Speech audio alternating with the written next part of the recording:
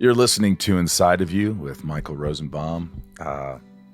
Thanks for making this podcast your choice for this week. I know you get a lot of choices, folks. There's a lot of choices out there, but you keep this little podcast going.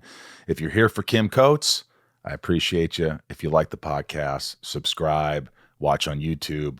What are the handles for the Twitter and the Instagram, right? The at Inside of You Pod on Twitter, at Inside of You Podcast on Instagram and Facebook. That's right. So join us. And if you want to join Patreon, become a patron and support the podcast in more ways than one. It really helps. Go to patreon.com/inside of you. Happy to be here, Ryan. It's been a crazy couple of weeks dealing with a lot of anxiety here. Mm-hmm. I'm trying to get it under control. Some days are better than others, and just trying to work it out, trying to exercise every day, trying to get my life in order here. And remember to breathe.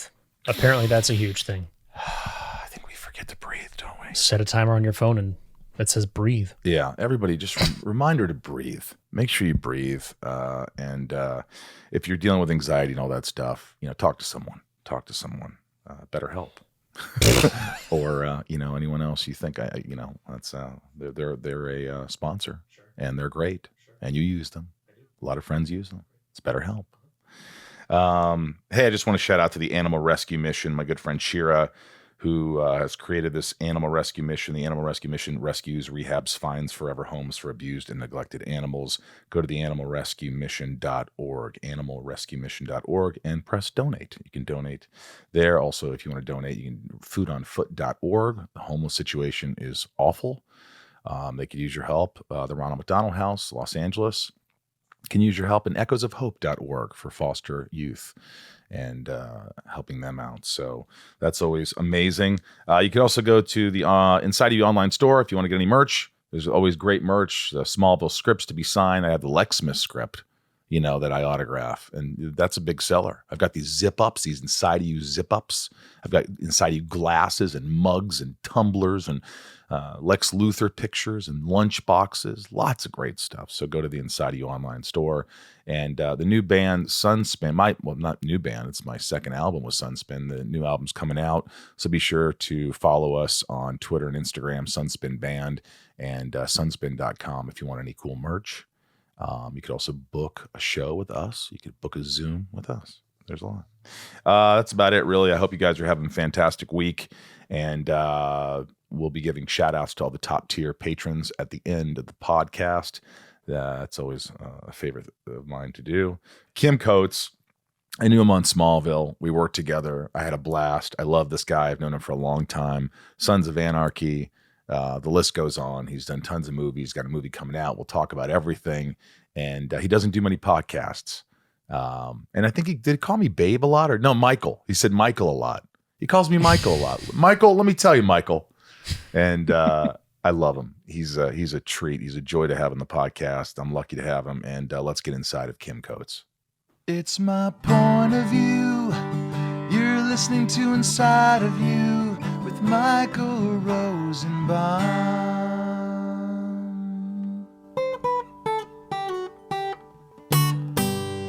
Inside of You with Michael Rosenbaum was not recorded in front of a live studio audience. Coatesy! Michael! You look great! So do you with all that hair, all that God. Sexiness thrown around. Look at you. You're the one with the mane. Look at you. You got all this good hair at your age. How the hell do you do it? I'm 117, Michael. I don't know how I fucking did it. I took some of your pills back in the day when I met you on Superman. You were all bald and beautiful and young and funny as fuck. Oh my God. That's how we met. We met on Smallville. You were Agent Carter on folks. He wasn't just on Sons of Anarchy and Bad Blood and the new movie Neon Lights, but he's done tons of movies, but he was on Smallville. Come on, Michael. When was that, bro? Do you have it in your 2007. 2007, just before Sons of Anarchy. I was up in Vancouver and they offered me, I don't know, I think 2 or 3 shows or something like that. And almost all my shit was with you. I mean, it was so fun. We did. We had a lot of fun. I remember you just being so, I wanted to know you. I wanted to be your friend.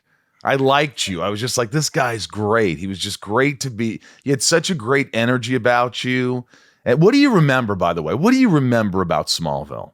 I remember you had a sore back. I remember you were fighting through some pain. I remember you were the funniest guy on set by a fucking million yards. They had big sets there. I loved Vancouver. I don't remember much about the guy I played. I know I had short hair and I think I was clean shaven. You were. I think so. Yeah. I think so. And I knew this. I knew that you were on a huge hit. Like, Michael, you learned the thing we all need to learn about television before I did. I mean, I was that movie guy, always. Movie. I would do an arc on shows like yours, a CSI Miami, things like that. But I never wanted to be a regular on a TV show. I just thought, no, I'm not going to do that. I'm just going to keep doing my movies and be broke sometimes. And then, why was that? Why was it? Did you have, what was it about TV? I don't know. I don't know. I just remember in those, I'm older than you. So I started before you. And I remember in those late 80s, early 90s, I went from Stratford playing, I was the youngest Macbeth ever. John Neville directed me. I was 28. John Neville. Yeah, I was 28. And then New York, these New York agents saw all my work and they said, you got to come to New York. I was just a Canadian kid, obviously. Still am, proud. Right. I'm American now too, proud, but right. Somewhat. But I'm pretty proud of being Canadian. And so I went to New York and it was all theater. And I did Broadway. I was Stanley Kowalski on Broadway for 5 months. Streetcar on the Square. And then Hollywood discovered me. So Michael, I was just a movie guy because that's what you were supposed to do. And then television, I think, I'd like to ask you in your opinion, but for me, when, Gandolfini did The Sopranos and that sort of mid-90s cable TV, it just started to explode for me. Yeah, it became like shooting little movies every week. Yeah. But it's good. Now, I sound like I'm a 90-year-old guy, but don't you think that it's gotten a little out of hand? There's so many streaming platforms. There's so many shows. Do you like this? Michael, I'm doing this for you because you're a star, because you're my buddy, because your podcast is exploding, because it's a great thing for me to do, and I get to see you. Selfishly, I get to see you. I don't watch anything, Rosenbaum. Nothing? I don't watch anything. I swear to God, I'm a fucking zipperhead. I'm so busy. I'm working all the time. I'm flying here and there. Me and my wife, Diana, we're still together, which is a goddamn 38 miracle. years with your wife. Come on, Michael. What the hell? I mean, all right, I want to get into that because I don't know how the longevity. I mean, 38 years, nobody survives in Hollywood. And you guys have survived it. Yeah, we have. But you don't. Yeah. But you don't watch Breaking Bad? You never saw Game of Thrones? No. All right. Do you watch yourself? Sometimes. What do you love about yourself? What shows you go, hey, I was pretty good at that. I like that. I say that all the time. But no. Michael, I mean, did you know that Theo Rossi and I are doing a podcast called Reaper Reviews? Did you know that? Yeah. So folks, pay attention. No. At the beginning of the pandemic, 2020, when the whole world stopped, right. I didn't know what the hell was going on, at least for me, and I'm sure for you and for everybody. I came running up to Canada I've got a few spots here and there and everywhere, and I just hung out. Theo Rossi calls me in like April, May of 2020 when there's nothing going on. And he goes, we should do a Reaper review and review Sons of Anarchy, every single show. And I went, no.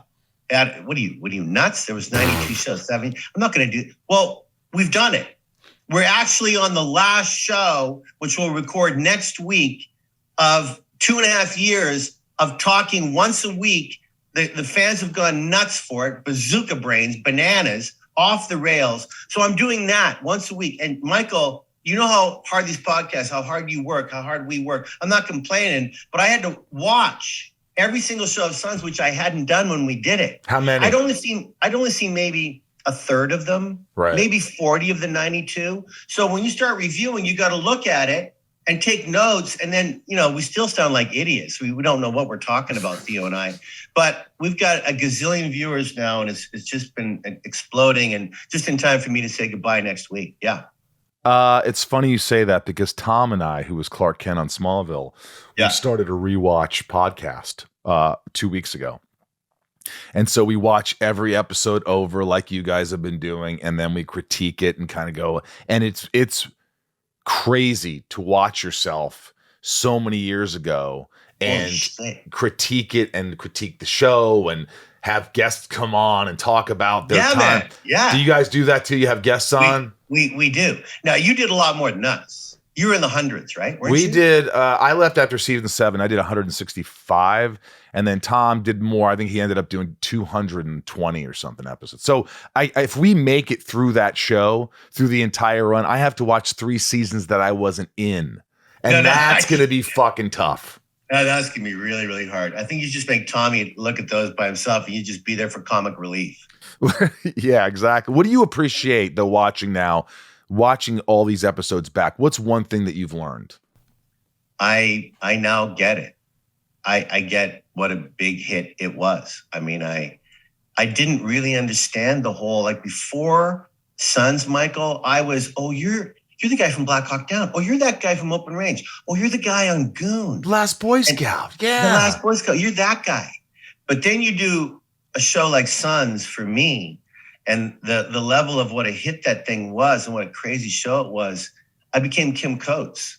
So I think after watching the shows now that Theo and I have done, I now understand the incredible fandom that and I don't know if you know this, Michael, but Sons is one of the only shows ever that our ratings never went down. They only went up, like up and up. They never plateaued. They just went up from season 1 to 2 all the way. So FX is the biggest hit they've ever had by a gazillion dollars. So pretty proud of all that. Smallville definitely had its highs and lows. I think there were some lows at times, and then the one season got better, then this season was worse. But you're saying, I mean, we did a lot more episodes, but still at the same time, you did 92 episodes, and the trajectory of success just went up. When you were doing Smallville, remind me, was it every week? You weren't binging yet, right? Back then, right? It was once a week? It was once a week. There was no binging. You had to wait. Yeah. So I think that's part of Sun's success in a way. We only did 13 every season. And when it opened in September, it was always that, early September, 10 o'clock, Tuesday night. It just, for the next 13 weeks, if you were a Suns fan, you never missed a Tuesday night. And then you had to wait 7 or 8 months before the next season. So it was just talk, chatter. So I think that's one of the reasons why our show just continued to climb and build because, Was it exhausting? Did you work every day? Were you constantly like, oh my God, I'm exhausted? Like, what were your days like? Hey, Michael, you I'm sure you're the same. I'm allowed to complain because I'm old now, but I never took for granted how much we worked, or I never complained. Yeah, it was some really tough days. We're all in leather and riding those bikes and those Harleys, and we shot in like July, August, September, which in LA is really, really hot. And we called it doing the timber. At least once or twice a week, we go, timber, man down. One of the crew would just fucking pass right out. Gatorade, infusion of Gatorade, because it was so freaking hot. Inside of You is brought to you by Magic Spoon. Hold on to yourselves here, folks. If you haven't had a taste of Magic Spoon, you are missing out. Every time I talk to any of my friends about Magic Spoon, they rave about it. This is a great cereal. Magic Spoon has created a cereal that we can eat as adults and kids. It doesn't matter who you are. You're going to eat something that's healthier than when we were kids, when it was all sugar and all crap. And you had to give up cereal, the thing we loved as kids. But you don't have to do that anymore. Not with Magic Spoon. I mean, who doesn't love cereal, Ryan? The crunch, the sweetness, the way you can accidentally eat a whole box or sneak it as a midnight snack. And Magic Spoon has truly innovated and changed the game with sugary cereals. They spent time to perfect the crunchy texture and develop an astounding variety of flavors so that they always hit the spot, but without any of the things that are bad for you. Magic Spoon packed with protein and a great healthy snack for just about anyone, whether after a workout, during a hike, or at midnight when the cravings strike. There's a flavor for everyone, from the richest chocolate to the sweetest honey nut. 0 grams of sugar, 13 to 14 grams of protein, and only 4 to 5 net grams of carbs in each serving. And it's low carb. Keto-friendly, gluten-free, grain-free, soy-free, and only 140 calories a serving. There's really no excuse. Build your own box with a huge variety of appealing flavors like cocoa, fruity, frosted, peanut butter, blueberry muffin, maple waffle, honey nut, cookies and cream, and cinnamon roll. Oh, yes. And it's so easy, folks. Just go to magicspoon.com/IOU to grab a custom bundle of cereal and try the magic for yourself. And be sure to use our promo code IOU at checkout to save $5 off your order. And Magic Spoon is so confident in their product, it's backed with a 100% guarantee, a 100% happiness guarantee. So if you don't like it for any reason, they'll refund your money, no questions asked. Who does that? They know what they're doing. They're confident. Remember, get your next delicious bowl of guilt-free cereal at magicspoon.com/IOU and use the code IOU to save $5 off. Thank you, Magic Spoon, for sponsoring this podcast. Now a word from our sponsor, BetterHelp. How well would you take care of your car if you had to keep the same one your entire life? That's how our brains work. So why don't we treat them that way? How we care for our minds affects how we experience life, so it's important to invest time and care into keeping them healthy. There are plenty of ways to support a healthy brain, learning a new language or taking power naps. There's also BetterHelp online therapy. BetterHelp is online therapy that offers video, phone, and even live chat-only therapy sessions, so you don't have to see anyone on camera if you don't want to. You'll get timely and thoughtful responses, plus you can schedule weekly video or phone sessions. It's more affordable than traditional offline therapy, and financial aid is available. You can be matched with a therapist in under 48 hours. Our listeners get 10% off their first month at betterhelp.com/inside. That's betterhelp.com/inside. Get 10% off your first month at betterhelp.com/inside. You were in leather and you were riding motors. Did you have to learn to ride a motorcycle for Sons of Anarchy, or did you already know how to do it? No, there was only three of us who could ride. Mark Boone Jr., David LaBrava, and myself of the Lees knew how to ride. Some of them lied and said they did, and then they fell a few times and realized, well, you're a liar. So they all had to go to bike school. Jesus. Everybody. And I would say by the end of the 7 seasons, Charlie Hunnam probably became the best rider because he was never off his bike. He rode to work every day. We all did, but he really did. And he became a really good rider. So I knew how to ride, and I was called safety first, Michael, because I would stop so many shots. I go, cut, Flanagan, why are you rubbing your fucking feet on the ground? Because my boots are slippery. Well, you do that later. Wait, DL, why are you zipping out of the line? You got to stay. Cut.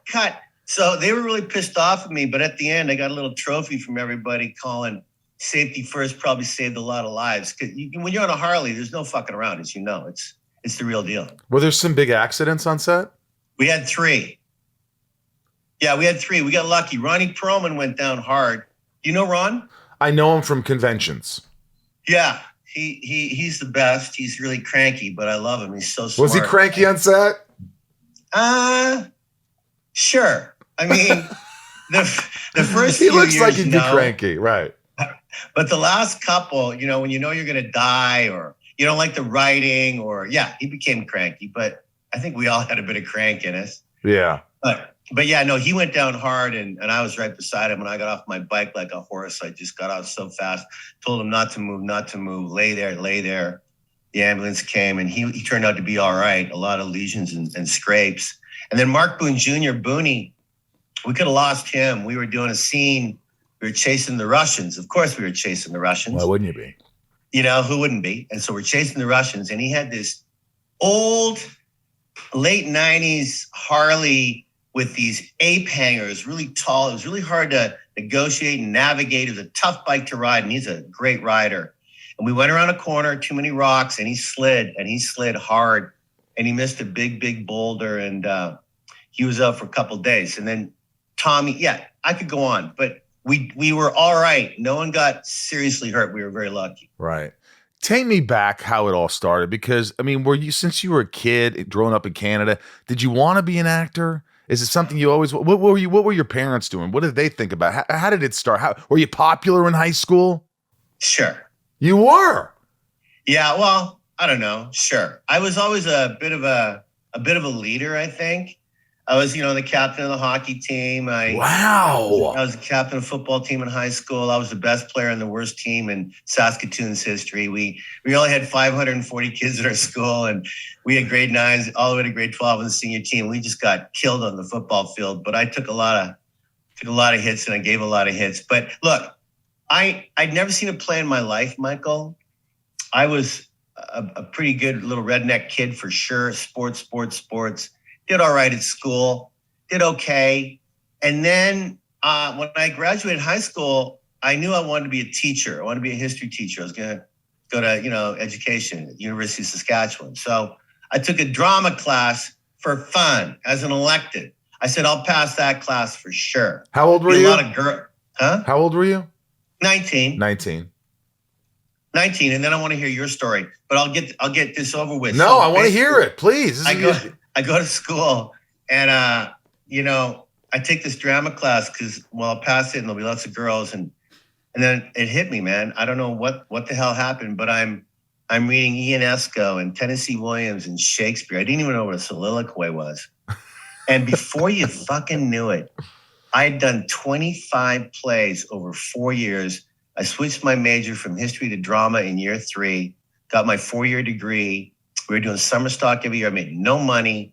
Zip. All my buddies were getting me through school. I get them through everything now. They haven't paid for anything for 20 years. But back in the day, man, in those early 80s, when Coatesy was going to university, I knew I needed to be a professional actor, and that's how it all started. I moved to Toronto, and the rest is history. What were your parents thinking when you told them you wanted to do this? Mom and Dad, Joyce and Fred. Great question. Fred and who? Joyce? Fred and Joyce. Yeah. Frederick and Joyce. Yeah. Mom's still alive. Oh, good. She's 92. Wow. Pop passed before Sons started, so we didn't get to see any of that stuff, but he knew all my work. He's pretty proud of me. Good guy. You would have loved my dad. You'd love my mom. Good people. No, listen, we came from a really small house in Saskatoon. My 2 little brothers and me, they were a year and 10 months younger than me. They're twins. Dale and Dean. Of course they're Dale and Dean. And, we were just playing hockey and sports and living the life in Saskatoon. And, people go, how'd you survive the winters? And I go, well, you either live or you die when it's minus 40. You either dress for it and live, or don't dress for it and get frostbite and lose your fingers. I mean, it's pretty easy. It was that cold there, huh? Well, up in Canada. Where were you born, Michael? I was born in New York, but I grew up in Indiana, small town in Indiana from the time I was 8 on.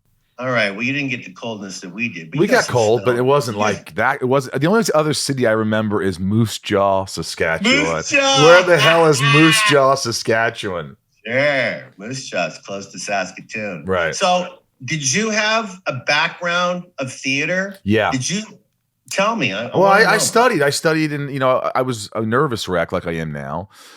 And I was in high school and finally I was taking drama class and I took it my freshman, sophomore, junior year just because it was an easy A and you just had to goof around. And the senior year, my teacher said, hey, you got to audition for a play if you're going to take advanced drama, which is the same as drama every year. And I go, oh my God. And I auditioned for Grease. And I got the part as, hey, there's the main brain, Vince Fontaine, spinning the stacks of wax here at the House of Wax, WAXX. Cruising time, 10:26. Sharpshooters, pick hit of the week, a brand new one, shooting up the charts like a rocket by the Belle du Bray. And I just went on, and I got it. And I remember, I told the story, I think one of the last episodes, but I remember a popular kid came up to me, and I was not popular, shortest kid in my school, and said, hey, you're really funny last night. And that changed everything. It just it showed me that, not being me was the way to go. Be someone else, be an actor. And it just took off from college. I started doing tons of plays in college and sort of fell for it. It was the only thing I felt like I could do. And the camaraderie and being around people in the green room. And although, look, there's a lot of cliques, as we know, in the drama department. I mean, everybody's judging everybody. Everybody's talking shit about so-and-so. Why did he get the part? And he's like, but I stuck with it. And, I went to New York afterwards, did off Broadway. And, the rest was history. I'm so happy. Yeah. But you did a lot of stuff. You did you got accolades, big accolades. Well, I don't know about that, but I certainly stumbled into some pretty juicy plays and parts. I mean, I in the third year university, we went to Edinburgh for the Edinburgh Drama Festival, and we won a Fringe First, which is a first place for a play called Creeps about cerebral palsy. David Freeman wrote it, a Canadian writer back then, playwright, and it was a huge, massive hit. So we came back from that, and I knew, that's it. I'm being a professional actor. And then when I went to Toronto, like I told you, we took a while. I waited for a couple of years. I was with a big agency, and Gary Goddard, that typical smoking cigarettes, eating way too many hamburgers in his office, big guy, cigar smoking, just fucking, he said, we're going to turn you into a movie star like now. And I went, no, you're not. No, you're not. He goes, what do you mean? He goes, I want more theater, more stage. And he went, no. I said, no. And I stuck to my gun. Huh? I feel like all fucking stage actors say that same thing. Like, no, I just want to do theater until they're somehow forced to do it. But Michael, I didn't say I didn't want to do film. I said to him, I'm not ready yet. I need to be a better actor. And so we did, man. I did 11 plays in Halifax. Wow. I did Streetcar for the first time. That's why it's a long, but then Stratford, 2 years at Stratford, then New York discovers me, and I'm on Broadway, and I'm doing Dracula in Atlanta. I mean, my God, Rosenbaum, I think I got between 5 and 10 phone numbers a night from women. What? From playing Dracula at the Alliance Theater, 1,300 seats. Now, by my powers of most red black, my bonds of blood. And I would take Wilhelmina and I would pull her right up to me and I would crawl on her like a goddamn lizard, and there was blood everywhere, and I'm sucking on her, and we were right at the front of the stage, and her head's up. No, people were screaming. Women were losing their shit. I had my own coffin. I insisted on, making sure that we rehearsed at nighttime. I would go to strip club after strip club to get the whole thing. It's just about the blood. It's not about the body. It's about the blood in my head, doing my little method bullshit. So, yeah, I had long fingernails, long black hair. It was a hit. How old were you? That was like 1988. So I was 30. And you were already married at this point. Oh, yeah. Where did you meet your wife? Met her in college, in university. She was 18, I was 19. She's obviously way smarter than I could ever pretend to want to be. Not that she's with me, but just she could see right through me and see right through. So she's let me, Michael, do my thing. Like, I give Diana all the credit in the world for raising my two beautiful daughters and giving me the freedom to be Kim Coates. She's not jealous. She's not worried. We fight once in a while. Obviously, it's a roller coaster. How can it not be? We dated for 7 years before we got married. So I've been with her forever. But the separation has kept us wanting to come back to each other. When I go away from movies, or Black Hawk Down was 5 months in Morocco, and I didn't come home once. So did you talk to her every night, or did you talk to her here and there? She doesn't need that. She knows you're doing your thing and let you do your thing. Do you think that's what's kept you together? Is that she just appreciates you, you appreciate her, and you let each other do your shit? And I look up to people who are with another actor or another artist. It's tough to do. Diana's a former teacher. She could stop teaching because she wanted to once we had kids. And if we were lucky enough to make enough money, that's what she wanted to do, is be a homemaker. And she did it so well, and she helped the kids with schooling. And what was the first movie role that you took? Wow. The first one I took was with Nick Cage. What? First time you do a movie, it's with Nick Cage? Yeah, I had no lines, though. It was like, I was at Stratford. It was a 2-day part. I got paid $600 a day. It's the most money I ever made in my life. It was called Blue Boy. It was about this oar rower from Canada in the early 1900s, famous book. So Nick played that guy. And I remember talking to him a little bit. And at lunch, Nick had this salad that was as tall as you, Michael. It was on his plate, and it was just a salad. And he had steamed chicken on the side, and he was all cut. And I started to really learn about the incredible stamina and willpower it takes to be a movie star if you want to be in shape. You can't fart around. The camera sees everything, right? You know that. Yeah. So yeah, I had no lines. I had 6 lines. They were all cut. I was on a little wagon watching them race, making bets, being a big bettor. That was my first movie. No one saw it. No one cared about it. But was that after that you had that itch? You just kind of felt like, I like this. I like being on set. I want to be a movie star. I had this feeling of, it's different. It's different than stage. It's you gotta do it again and again, and continuity. You know, I was drinking and they said, you got to drink at the same line, like shit that I never thought, hitting your mark, you know, with the camera. And back then that was 35 millimeter. You know, those were, today we got all these red cameras, we're all on tape and it looks amazing, but you can just burn that till the cows come. Right. Yeah. Very expensive in the olden days. Inside of You is brought to you by Geico. Geico asks, how would you love a chance to save some money on insurance? Well, of course you would. After all, who doesn't love a great deal, right? And when it comes to great rates on insurance for all the things in your life, Geico can help. Like with insurance for your car, truck, motorcycle, boat, and RV. Even help with homeowners, condo, or renters coverage. You could save even more with a special discount when you bundle your coverages. Plus, add the easy-to-use Geico mobile app, available 24-hour roadside assistance, and more. And choosing to switch to Geico becomes an easy choice. Switch today and see all the ways you could save with great rates and discounts. It's easy. Simply go to geico.com to get a rate quote or contact your local agent and get started seeing how much you could save. Inside of You is brought to you by Patreon. Yes, the Inside of You Patreon. We're supporting this. We're doing a little ad for it. Just thanking everybody for supporting the podcast. And if you want to support it a little bit more, you can. Just go to patreon.com/insideofyou and become a patron. I'll message you back after you join. Might take me a few days, but I'll message you back. There's different tiers. Some people get boxes of merch from me every couple of months. Sometimes there's Zooms. There's YouTube Lives with me where you ask me questions. There's bonus stuff. There's content. You could have your name shouted out at the end of every podcast. There's so much. And most importantly, it really helps the podcast. So just go to patreon.com/insideofyou and become a patron today. When was your first movie? I think it was. I did this little independent movie that was just terrible. I don't even need to talk about it. It looks so bad that the DP must have been on crack shooting it. But it was with a lot of really good actors. It wasn't a terrible movie. It was just Amanda Peet, Dan Futterman. Wow. It was a little movie. Jennifer Garner, and but it looked like shit. Why? I mean, I all I remember about this movie was, God, why does it look so terrible?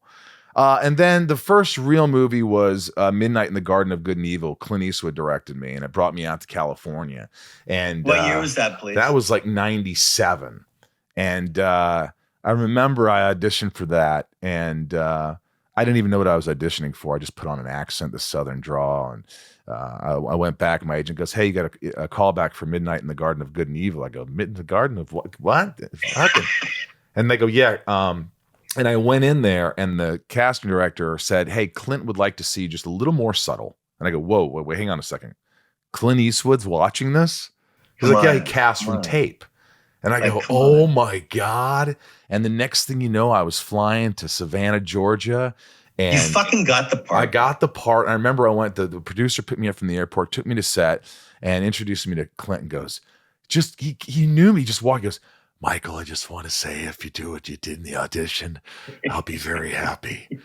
And I shit my pants right there. And it was just like, oh my God, I'm working with Clint Eastwood. Come on. It was the best feeling ever. Is it true about him that he doesn't do a lot of takes? Is that true? Dude, he goes, I remember him just going, he'll just come up to you and go, "I'll acknowledge the jury on this one." I go, "Okay." He goes, "Well, how do you feel?" I go, "I felt pretty good. How do you feel, Clint?" And he goes, "I felt great. You want another? Are we good?" And I'm like, well, I mean, that was the sort of attitude. And when he didn't say action, he would look at his Jack Green, his DP, and goes, he'd look at me and go, "Michael." And I go, thumbs up. And then he'd look at me, he'd make that rolling thing with his finger like, "Jack." And everything would start moving, and they would go 1 or 2 takes. I saw him. I told this story. I saw him get a little annoyed with Kevin Spacey one time. I saw him get like, everybody's annoyed with him anyway. Well, so, at the time, Kevin's like, yeah, look, I don't know if I should be coming in through this door or this. Should I acknowledge it? I don't know. God damn it. Do whatever you want. Just for a second, he just lost his cool. I don't know what the hell ever you want to do, God. I mean, just like, oh my God, it was priceless. Have you ever been starstruck on a set where you're like, yeah, when? Yeah, I'm going to tell you. First of all, that's fucking brilliant. I can listen to you doing Clint all day long, you fucker. I gotta be honest. I mean, my boy Bruce Willis, he's going through a lot of different times right now, and I feel for him, and big hugs to him and his family, and I miss him. I really do. Anyway, but back in the day when Bruce was, and he still is, he's a fucking massive movie star. Yeah. And Bruce, my first Hollywood movie was The Last Boy Scout. So, you talk about auditioning, right? So I'm, I just finished Broadway, Streetcar, and things are taking off, and all these casting people. Marion Doherty, the late Marion Doherty, she said, "You're going to be a fucking star, kid. And here we go." And she got me this audition for The Last Boy Scout. It was like 3 scenes, and I remember going on tape for her in New York. And that's back in the day. This is early 90s, 91 maybe. And they flew you out. They flew you out for an audition. They put you up. Yep. So I had a real audition with Tony Scott, the late, great Tony Scott. Oh, genius. He's gone now too. And Phil Silver. And we're sitting in this room, a really small fucking room. And I'm doing this audition, and I walk out of the room, and the casting chick comes out. It wasn't Marion. It was the LA equivalent. Marion stayed in New York. And she said, hang on. And so I'm in the hallway, and Tony comes busting and goes, yeah, you got it. We got it. And I went, I got it? And I said, you're offering me fucking Chet? He goes, oh, yeah. See you in a couple of weeks. So I go back, got the part. Now you got to hear this. So true story. I go to set, and it's back in LA. And I don't know if you remember The Last Boy Scout, but it was a football type. Dude, I loved it. I rember you just stole the shit out of that one scene too. Yeah. So we did that scene later. My first scene was we're getting a newspaper, and Damon Wayans comes to get a newspaper, and me and my 2 thugs, we walk up, and I say, well, he doesn't look too tough to me. He doesn't look too tough. So the scene was I end up punching him right in the face, right? And so I get to set, and I'm in my wardrobe, and my shoes that they've given me are super slippery. Like they're fucking slippery as shit. And I'm sliding all over, and I'm in a little honey wagon. I don't even have my own bathroom. I'm like completely green, right? I got nothing. So, but I've got this big movie. So I go, and they go, no, just get some Coca-Cola. Pour some Coke on the bottom. You'll be fine. I go, oh, okay. So I get to set. I meet the stunt guy. We go over the punch. It's going well. It's time for the punch. And the punch goes pretty good. And Tony comes up. Everyone's there. Willis isn't there yet. I haven't met him yet, but everyone's there. And Tony comes up and goes, okay, right, mate. We got that. Now there's one more. We fucking go. Just go for it. We got it. It's all done. We got it. But go. Just go. I go, all right. So we do one more. Action. He comes up. We do the thing. And I punched him right in the face. My back foot slipped, Michael, and my fist went farther than it should have, and it hit him right underneath the glasses. He had sunglasses on. The glasses come off his face. He's holding his face. I'm like so shocked at what I had done. The stunt guy comes up and goes, wasn't your fucking fault, man. I saw your foot slip. It's your fucking shoe's fault. Wasn't your fault. I'm just going, I'm so sorry. Silver comes running up. Tony comes running up. And Damon Wayans gets up off the ground and goes, I'm okay. I'm all right. Let's go. Let's do it again. I'm all right. Tony goes, no, we got that. We're moving on. I thought I was going to get fired on my very first day of my first big LA You punched Damon Wayans in the face. Yeah. On your first day of work on a huge blockbuster movie. Yeah. And then the Bruce Willis story on that. Let me tell you that this is cool. Oh my God. You're asking me about being starstruck. So here we are. It's my big scene.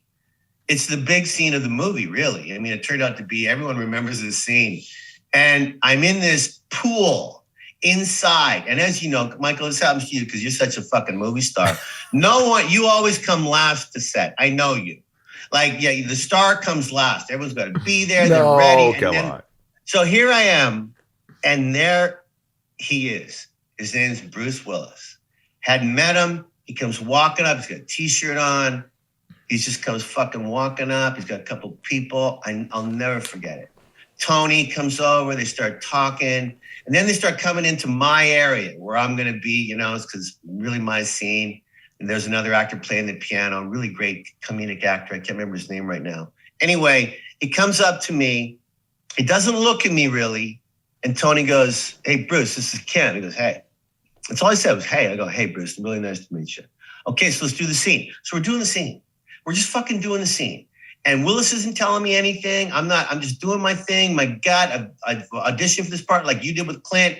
I'm ad-libbing a little bit. I'm having a cigarette and punch him and all that. And then it comes time for him to kill me. This took 2 days. And now we're into day 2. And he's going to break my nose and I'm going to die. And Willis goes, okay, so and he never called me Kim or my name, just him. I was just him. So when I hit him, when I punch him, he's going to fall into the pool and that'll be that. And Michael, I don't want to fucking fall into the pool, in my head. I don't want to. So I called Tony over. I said, Tony, nothing for nothing. I don't see it that way. He goes, what do you mean? I goes, I don't see me flying into the pool. He goes, well, how do you see it? I go, well, can we just do one? He goes, sure. So he goes, hey, Bruce, we're going to do one for Kim. We're going to do one for Kim. He goes, sure. Oh, all right. He fucking goes and I fell right on my ass, Michael, like a 10-year-old boy. And then I flopped back and the camera's still rolling. Willis showed me this later. And everyone is laughing their fucking heads off. They're clapping, they're laughing. And Tony comes over and goes, I think we got it. I think we got it in one. Willis goes, that was pretty fucking good. And we did. We did a couple close-ups and shit, but no, that was it. One take, a couple cameras. I fell on my ass like a little boy, and then I flopped back. They couldn't believe that I could fall on my butt like that and stay straight like a tree. And then, anyway, that was my Bruce Willis story. Wow, so you impressed Bruce. I think so, because we've become buddies. We've done a couple since then, and I always like hanging with him. He loves my wife. I haven't seen him in 10 years probably, but he's a good guy. He's a really good guy, and he's battling something now that no one wants to go through. Wow. Did you ever meet someone that you were excited to meet or work with and they just let you down? They weren't the guy that you thought they would be? You don't have to say their name, but have you ever been on set where it's like... Yeah. I got to the point where I won't say his name because I hear he's a really nice guy now, but back in the day, I was doing a movie with Carrie Ann Moss and I was the lead bad guy and she was with our lead that I'm talking about. And he just was a real asshole and he just really was being rude to everybody. And one day he cut down a crew member and I walked up to him and I whispered to him, I said, I'm going to fucking knock you out right now. I'm going to knock you out. I'm going to fucking hit you right in the face. If you don't clean up your act, you're just so full of hubris and bullshit. These people love you. Why are you behaving like this? It's just inexcusable. And he looked at me and he walked away and he was better for the next week and a half or what. I just said, I'm going to fucking punch you right in the face. I don't care if I go to jail. I'm going to knock you out. I'm going to knock you out because I couldn't take it anymore. I'm far from perfect, Mike, but I got to tell you, the one thing that I learned from my dad is you stick up for people that need sticking up for. You fucking stick up against the bully because it shouldn't happen. There's way too much bullying going on in this planet right now. And yeah. Wow. Only once though. I don't think I ever remember. How about you? Have you run into once or twice? Yeah, there's been a couple of bullies, bully directors, but not many. I think I probably had 2 or 3 in my life where I just said, hey, I didn't snap at him, but I just said, hey, hold on a second. Hang on. This is not how we do things here. No, good for you. It was just he was making one of the actresses uncomfortable. The director, he was, you're going to be over here and you're going to go, okay. And he grabs her arm, goes, no, you're going to go over here. And I go, whoa, stop. And everybody looked at me. I go, what are you doing? He goes, excuse me? I go, Isn't this supposed to be like a teamwork here? We're trying to figure it out. You're just grabbing her arm and moving her here, and you're not even asking us what we're doing. You're just barking orders and acting like a macho guy over here. Oh, I love you. And he goes, oh, so we have one of those guys on set. I go, yeah, we have one of those guys. And then he was cooler. He was way cooler. They need a calling out every once in a while. And I could feel it myself getting uncomfortable. And I was like, I can't work like this. I can't be uncomfortable like this. I got to say something. Yeah, and it was uncomfortable. But I picture you like a good leader on set. You want everybody to have fun. You want everybody to, you know. Thanks, man. And I finally, you know me. I'm like you. I'm a character actor. You get all the funny shit a lot, and I love comedy so much. And when people find out that I'm actually pretty funny once in a while, I get these offers, which I love.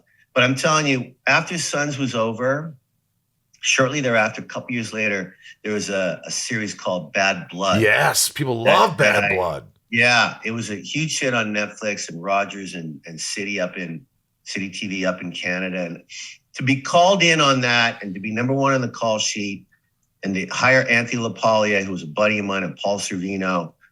These guys did it for a lot less money than they normally get, but the scripts were so unbelievable based on a true story. Anthony played Vito Rizzuto, a real crime boss, one of the biggest crime bosses in the world, let alone just Canada, from Montreal. So he's playing a real guy. I played a fictional guy, even though between you and me, now that it's over, he was based on a real guy who's he's still incarcerated, so we couldn't really talk about him too much, but we had to change his name, his ethnicity, the whole thing. But I'm telling you, to be number one on the call sheet, and then after it was over, to have the actors and the actresses and producers just come up and go, "Hey, man, way to go! You really did number one. You really did." And I did. I cared about everybody, and I did the best I could in making everything comfortable. But when it was time to work, we fucking work, man. There's no dipsy doodling. This is really serious stuff. Do you stress? Do you get anxiety? Do you put pressure on yourself that is unnecessary? Do you fight through things? How do you deal with all that stuff? Or are you just Mr. Tough Guy? Great question. It's a great question. I didn't know, but I'm full of anxiety. I mean, I have a shrink that I see once in a while, and he's amazing. He's in Pasadena, and he called me early in our sessions. He would call me King Kong. Like Why? King Kong. No, because I fucking bursted in the room. I'd never been to a shrink before in my life. And I burst into his room and said, "Do I pay you now? Do I pay you now? Where do I sit? How are you today?" He just kind of put up his hand, had a small smile. I said, "Kim, you sit wherever you want, and we'll worry about the payment later." "No, you want it now? And a check? Like, no, it's like a mafia guy. You want this now? We're gonna keep this a secret. Yeah, you want this now? We keep it straight. You and me. Does it go anywhere? My fucking me and Mike? No. So so he called me King Kong because he really, and part of my anxiety was coming from I'm so recognizable now, and the charities that I love doing, or it's fucking on, man. It's on. And I, like you, do 3 or 4 cons a year. Maybe you do more. I mean, I get asked to do them a lot. I'll go to a few. My charities make some money. I make a little bit. It's a fun to see fans. For me, it's draining, but in a good way. Like, I love my fans, my people that like my work or whatever. But I was really going off the deep end with stressing out about my career because it just kept going up and up and up, and it's what I've always wanted, and I like where I'm at. But I I needed to calm down and breathe and slow down a bit, and I think I've learned to do that. What was it that you noticed about yourself that you didn't like that got you into therapy? What was it? Was it the little things? What were those things that you, or maybe your wife, maybe Diana, right? Oh, for sure. Di would notice. You know what it was, Michael? It was this kind of shit where I was always proud of just being me. Whether you know me from movies or from playing football with me when I was 17, I was pretty proud of being me. And I stopped kind of doing that for a while. I started knowing that if I was going to a house party, I thought they would expect me to talk about my movies or talk about Bruce Willis or talk about Sons. And so I put all this bullshit into my head so I would be just kind of moving too fast. And so I think I've learned to try and slow down. What do you do? And I've also, sorry, Michael. What do you do to slow down? Just let it happen. Let everything, instead of trying to think about making everybody happy all the time. One of my sayings that I use, Michael, is I can't tell you how to succeed, but I can tell you how to fail by trying to please everyone. And, I've always looked at myself as being a really fortunate motherfucker. I've worked really hard for my career, but I've been really fortunate with my friends. Bill Fichtner, who you worked with, he said hi to you, by the way. He fucking loves Bill. you. He was on the podcast. Loved working with him. He just loves you. And he loves you. You guys are best friends. He says he, on the podcast, was like, yeah, me and Coatesy pretty much talk every day. We're always on the phone. Yeah, we do. I mean, he says it the best. Like, how weird is it to meet your best friend at 40? When we did Black Hawk Down, we were both like 40. And, we met each other and it was over because we are the same kind of guy. Anyway, he loves you. And I think I've just really enjoyed my life. And so I really look out for the underdog, I think. And I really sometimes try too hard to make people happy because I know they're happy to see me. But when I'm around guys like you or Fichtner or guys that I just can be myself around without trying, it's the best time for Kim Coates. So that's what it is. It's trying to be yourself and not trying to people please too much. Yeah. Trying to breathe and do your thing. Yeah. Yeah. You got this movie coming out, or it's out now. It's out on digital and on demand. And I saw the trailer for this and it looked intense as shit. Yeah. And Neon Lights. Yeah. Now you get to work, or you get to work with Brenna Coates, your daughter. And a lot of times you hear, somebody's working with their daughter. She's like a star. Like she went to Tisch. She's done so much theater. She knows what the hell she's doing. Yeah, she's the real deal, this kid. She, Di and I, my wife and I, we didn't push our kids away or to anything when they were growing up. It was letting them discover what they liked and loved and reading. They're both so smart. Kyla, she's trying to save America. God bless her. She works in LA County with Janice Hahn. She's a deputy supervisor. She's a big shot, and she's with mental health and the sheriff's department, the firemen, and homeless. I mean, she's in it in LA County, awesome. 12 million people. She's got a big job and she loves it. And she really, really is caring about America in the right way, being such a liberal. It's she's got a lot of work ahead of her and we're proud of her. Brenna, who's as smart as Kyla, she was an actor from 4, 5, 6 years old. I mean, she just knew it. She was shy, she was beautiful, she's funny. Anyway, so she auditions for Tisch. From her high school in Pasadena. She gets in. She's in New York. And Michael, it's like, come on, fuck off. It's like $65,000 a year. And that doesn't even buy you a Starbucks. Oh, God. And if her dad is not on Sons of Anarchy, she's not going to New York. She's going to Victoria or Saskatchewan or Seattle, somewhere. I couldn't afford, come on, right? But I happen to be lucky to be on a big TV show and I'm making money. So fine. She goes there 4 years. At the end of the 4th year, Michael, it's a 1-act, 90-minute play, Sarah DeLapp, brand new play called The Wolves. So all the seniors, it's about 9 girls on a soccer team. A mom comes in at the end of the play. And they had one showing of what they were doing. This is the final project. Here she is, she's saying goodbye. I flew, I saw it, Diana couldn't go. I'm in the audience. I am so blown away at all the girls. We're all crying at the end. This is a juggernaut play, and they knew it. Cut to 6 months later, they're finally going to do The Wolves in Poughkeepsie. And from Poughkeepsie, it's going to go off Broadway. If it's any good, it'll go to Broadway. So Brenna has to re-audition, and she's going through all the stress. Same part. She's perfect for it. And I go, I'm telling you right now, Brenna, and this is what you and I had to deal with, Michael. I still do. But they're going to look for a name. Her part was one of the 3 leads of the 9 girls. They're going to look for a name. So don't feel bad if you don't get it. I got a good feeling about it. But you did, so she did 1, and she did a callback. All these producers are sitting there, whatever. Then we had to wait 2 weeks. And she finally got the call that the part was hers. Cut to a summer at Poughkeepsie, couldn't get a ticket. Goes to the Duke Theater, couldn't get a ticket. All these movie stars are starting to see this play, The Wolves, The Wolves, The Wolves. It gets called one of the greatest plays in New York in the past 25 years. New York Times. New York Times, Yep. correct. And so Brenna gets called out in all these. Anyway, they end up winning an Obie and a Drama Desk Award for the ensemble of all the actors on it. All 9 girls win these incredible awards. She goes, right to another play in San Diego, another play somewhere else. Then she comes and does a play with Dad. I did Jerusalem by Jez Butterworth. I almost died on stage every night. Mark Rylance is doing it again right now in London. I flew to see him. We had dinner. I saw it twice. Hugs all around. He gave me the baton 4 years ago when I was preparing to play this guy. I took a year to prepare. The accent, went to London 5 times. The whole deal. It's a long story. God. But Brenna was in that play with Dad. Cut to this movie, Neon Lights. Michael, when this movie, and it was during the pandemic, nothing's happening, early fall 2020, my agent in Canada, I've always told Gail, that's why I've never fired her. I love her to death. I've fired more American agents over the years, but I'm with a really good one now, Sherry Cohen. I love her to death.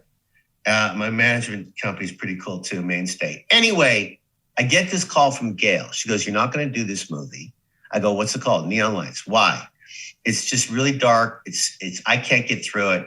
I said, "Well, send it to me." So they sent it to me. And sure enough, it's about mental health. Right. And it's a psychological thriller / horror, small cast. It's in one man mansion. The house has a character on its own. I play a guy. I can't say too much about it because it's a very surprise when you watch the movie. Anyway, there was a perfect part for me and a perfect part for Brenna. And I had to read it twice to really understand what this guy, Dana Abraham, who wrote it and starred in it, was talking about. I said I would do it. They said, "Can we have Brenna to us?" I said, "You'd have to call her and see if she read it. She plays a shrink. She'd never played a part like that before. She's really like an angel in this movie." She says, yes. So we're working together for the first time. Michael, we had our premiere about a month ago in Hamilton, did another premiere in LA. I wasn't able to make the LA one. I saw the one in Brenna went to both. She's a second build. She's above the title with me and Dana. Wow. Everyone's so good. This movie's so scary. The reviews have been so unbelievable because it's about mental health. Yeah, and it's right up my alley too because it's got that psychological horror. Tech tycoon Clay Amani retreats to an off-the-grid location in search of meaning and peace with disconnected siblings and their offspring, only to be caught in a bone-chilling killing spree within his new estate. It's just like, and the trailer, you're like, what the hell? It's like, this is the kind of stuff I watch. So I'm excited for this. I can't wait to watch this. Well, and who you're talking about, Clay Amani, is played by Dana Abraham. He's the lead of this movie. I happen to play his stepfather, and we're going to stop right there. I can't say much else because it is. I was Roos Behadari, who directed it. This beautiful Canadian Iranian boy. He's so talented. He's just he was so great with the actors and all masks, all shields, all tested every day, all that stuff that we had to do and still do really because of this pandemic. But he was beautiful. And I'm stunned at the music. I'm stunned at how, I helped produce it. So I got to see all the cuts and I would give notes and I listened to every single note that I had. I'm very, very objective. I'm not a subjective guy. It's all about the greater being of this movie and beats and what scenes are too long or what scenes don't work. And they did a great job. And like I said, it's killing it on video on demand. It's everywhere now. Yeah. Yeah. Neon Lights, digital, demand, go see it. I mean, if you're me and you love horror movies, and it's much more than that. And I can't tell exactly what your character is, but it's something. I don't want to say dark, but oh no, you can say dark. It's pretty dark. But can I just say one thing here about who I played, Denver Kane? When I read it, I had to change some things because it was way too much on this side of the railroad tracks. Right. For me, as you can imagine, Michael, with these cheekbones and these eyes, and I play a lot of bad boys, and I'm really careful with my bad boys. And this guy, I said, I'm playing him, but it's got to be this because you need to bring some why is he even in this movie if he's just that way? It's just too boring and too scary. One note, right. One note, and they went, oh my God, yeah. So he's mesmerizing. He's methodical. He's kind. He's dark as fuck, and he's like a python. He just sucks you right in, and then he's gonna bite you right in the neck. See, those are the best kind of villains. Those are the best kind of dark characters. I mean, look, I played Lex Luthor, and if people loved him, they loved him in the beginning. If you get them to like you or love you or have those moments instead of being one note, it makes the character so much more dynamic. Can we talk about that for a minute? You were so fucking good on that show. Thanks, man. Michael, you were so good on that show. You're the best thing in that show. I mean, the show was good. It lasted for 18,000 years. But you were so good. I saw maybe 5-10 shows, and you were having a blast. And I can't remember, but you hurt your back, didn't you? Am I making this up? I've had a lot of surgeries and stuff through playing ice hockey my whole life, and just kind of like, like yourself. Yeah, you're a hockey player. Yeah, so I had some issues with the back over the years. It hasn't been fun, but I've been doing a lot better. So I've been just trying to take care of myself, and So glad. Now if I can get the anxiety under control, Coatesy. Yeah, how you doing with that, bro? It's all right. I just turned 50. Do you remember turning 50? Yeah, I do. Was it weird for you, or is it just another number? It was the beginning of the best part of my life, because it was literally 2 months before I started Sons of Anarchy. It's the truth. I had my 50th birthday party, and literally like 2 seconds later, I'm cast as Tig Traeger, and I said to my wife, I guess I better do this. And she was like on her knees going, please, please, please. I went, sure. Can we just have a paycheck once a week that we know is coming in? I love it. I said, sure. All right, this is called Shit Talking with Kim Coates. These are my patrons. They give back to the show. They're unbelievable. Go to patreon.com/inside of you. Join Patreon. I'll send you a message. Thanks for supporting the show. I love you. These are from the top tiers. They're asking, this is rapid fire. Go. So you go. Chris R., how did it feel playing a nut like Tig on Sons of Anarchy? Mental. I mean, mental. I just said to Kurt Sutter, I turned it down. He said, why? I said, he's too psychotic. You haven't shown me. He goes, no. Tig's going to be psychotic for sure. But he's going to have a heart of gold. He's going to be funny. He's going to be a moral compass of the club. He's going to be psycho. He's going to be this. He's going to be that. He's going to be, and you can ride, and you're going to love riding. And just please come along for the ride. And I did. And I'm so glad I did. But I've never played anyone like him before. Wow. Jeremy C., what would be your favorite role to take on if you could do anything? Or have you done it already? Oh, my God. That's a great question. No, I haven't done it already, but I've been lucky, right? To be a character actor. I get to really act. I get to change it up. I get to cut my hair, grow it, get fat, get skinny, have accents, have a limp. I mean, honest to God, wear Armani or wear nothing and show my stomach off. I mean, I'm just so lucky to be a character actor. I get offered all kinds of shit, and I'm loving it. I'm loving every single thing I get offered that I say yes to. By the way, do you work out a lot? I do. I have. Do you think that really helps with life in general to keep your body moving, to keep strong? Yeah, because I'm flying all the time. I'm in hotel rooms all the time. I'm on different pillows all the time. I'm filming all the time. And if you don't take time to bike or walk or a few weights here and there at my age, I'm in my 60s now, you're gonna break down. And so I really am trying not to break down, and working out helps me. David H., who's someone you've worked with that you expected them to be one way and they turned out to be completely different in a good way, I hope? I was really uncertain about Kevin Costner. I got to tell you, he's, again, one of my best friends now. And he turned out to be the kindest, smart. Even though he didn't direct Waterworld, he kind of did. And then Open Range, he did direct. And Michael Gambon and I played the two lead bad guys in that. And I would spend night after night at Kevin's house in the beautiful Rocky Mountains up in Canmore, Alberta, watching him edit, smoking pot with him every night, and watching him edit and have a glass of wine and then learn from him. I was stunned at how warm Kevin is to everybody and how smart he is. If you fuck him, he'll put you in a headlock and he won't let go. But he turned out to be like what a jewel, Kevin Costner, for sure. Wow, legend.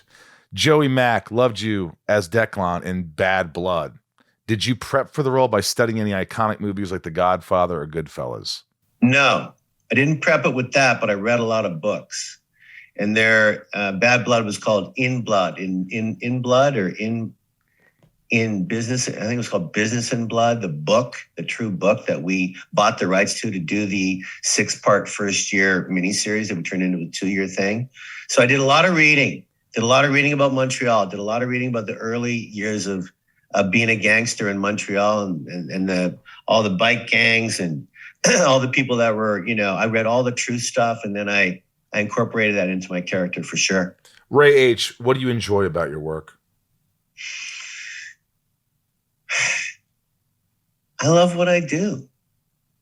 I don't know how many people can say they love their job. And I get paid well for it. I don't even know why. I've never worried about money, Michael, to be perfectly honest with you. It's just come to me, I guess, after all these years. But I was so wanting to be the best actor I could be and all that theater and not getting paid, but I didn't care. And now it's paid off because people befriend me, maybe because I'm Kim Coates, but boy, they sure like hanging with me because I think I'm a really good actor. And I love listening. Like when you and I work together, I'll never forget listening to you. Like if you listen to people on set, then you won't act. Then you're just going to feel. It's just going to come out of you. If you don't listen and you plan everything, well, then that's called acting. And the camera's going to see it and you'll never be at the level you and I have got to. So, yeah, man, I just love my job. That's it. Sophie M., any fond memories from working on Skinwalkers? Sure. Fuck Skinwalkers. You know why? I'm going to tell you why. That movie could have been so good. Stan Winston, one of the great makeup artists. I mean, he's won a gazillion Oscars. No one was better at his job than him. And Stan, for himself, wanted to do one more movie about werewolves, and he was going to design the suit. It wasn't going to be CGI. He wanted the actors to grow into their suit, right? Jason Behr, Elia Koteas, me, the three leads. I mean, so that movie, when I read it, Michael, it was R. It was an R-rated film, and it was so good and so dark and so unbelievable. We all signed on. And I'll never forget getting to set up in Toronto, and all the leads were there and the directors there were all ready to go. And they were giving it, they said, there's some rewrites. And we got handed the script and we started to read it. And I'll never forget, after about page 20, I left the table and I laid on the floor. I was so depressed at what they had done to turn this into a PG-13 light arena of a film. I was so depressed that all the money people that had put all this money in, they're going, no, this is the new script. And Koteas and I and Jason Behr, you couldn't run away. We were still going to do it. But I knew this fucking movie was going to fail. And it did. Now, I love that this person, guy, I couldn't remember the name that you just said, that they love this movie because we have some fans. Yeah, we have some fans with this film, but I'm telling you straight up, it could have been way, way better had they stuck to their guns and not being afraid to make it a restricted film, because it was so much better. You know, I love talking to you. It's been forever, but you speak your mind. You have unbelievable stories. You're so down to earth. I miss you. I love seeing your face. And Neon Lights is out on demand and digital. Please check it out. If you love horror, if you love psychological stuff, you're in for a fun little movie here. And yeah, you better, if you drink, you better have a drink in front of you. If you eat, you better have some popcorn in front of you, because you're going to be nervous watching this film. It's a very nervy fucking film. Rosenbaum, you're amazing, bro. What you do is amazing. I think as an artist, stands on its own. Billy loved working with you and The Neighbors so much. I'm jealous. Yeah, I knew that you guys we got to do something together. We got eventually we'll do something together. No, I would love that. That would be a real treat, you know? Real treat, bro. You look great, too. Hey, good seeing back you. At you. I love you. Good luck with everything, man. Love you, buddy. Success. Love you, man. Big love. You got to live and learn. Do you remember that song? No. That was from like the late 90s or early 2000s. You got to live and learn. It was a terrible song. Terrible song. Was it? Yeah. It sounds inspiring. Does it? Well, you've got to live and learn. You're not doing Alanis Morissette, are you? No. What was that song? You live, you learn. I kind of like that song. That's a good song. That's a good song. She doesn't miss. She had some tunes. Yeah. Thanks, Kim Coates, for coming on the podcast. I loved having you on. You were a freaking treat. I love your stories. And yeah, great guest. What else can we say? You know, everything was said in the beginning. appreciate everybody's support. This podcast is, we're not the biggest podcast in the world, but we could definitely use your help, and we appreciate your help. Go to patreon.com/inside of you. You want to join Patreon, become a patron of mine. I'll message you back. Go to the Inside of You online store for cool merch. As I said in the beginning, later in the year, I'll be going to like San Fran, Columbus, Pittsburgh for some cons in late November, December. And also, I want to give a shout out to all my friends out there who have supported me in the last few weeks. I've been dealing with a lot of anxiety, and my patrons and everyone listening. It's life, man. It's life, Ryan. We all go through it, but we do. Yeah, sometimes you just feel hopeless. Sometimes you just feel like, man, what am I doing? I honestly, I was on the wrong meds, and when you're on the wrong meds, your mind goes to weird places. Like, what am I doing here? Why? What is there? Why? I had nothing. Part of that's being a human too. Yes, and you just have to know that this is your mind. It's not real. These thoughts aren't real. It's not a reality many a times. What are the facts? Yeah, what are the facts here? And then you start to go, hey, and people say this all the time, but saying your gratitudes before you go to bed, when you wake up. I took a hike, and at the top of the hill, there's the beautiful view of Los Angeles. And I just sat there and I said, hey, God, thanks. Thanks for life. Thanks for this planet. And I just started doing it. And it made me feel better. It's just being grateful. Do you do that? Not enough. Not enough, but it does help. There's something with your mind when your brain hears that, when you keep saying it, you're like rewiring your mind. Yeah. So it's good. So thanks for all the support, the love. Let's give a shout out to all the top tier patrons. These are folks that are the top tier that give a lot to the podcast and really keep it afloat. Ryan knows many of them by memorization. I don't know. Just that back half is a little tough. Yeah. Should we start working on the back half? Oh, yeah. I've got the first several down. Yeah, you do. All right, here we do. Do we want any particular voice today? Yours. My voice. Yeah. Yes. Okay.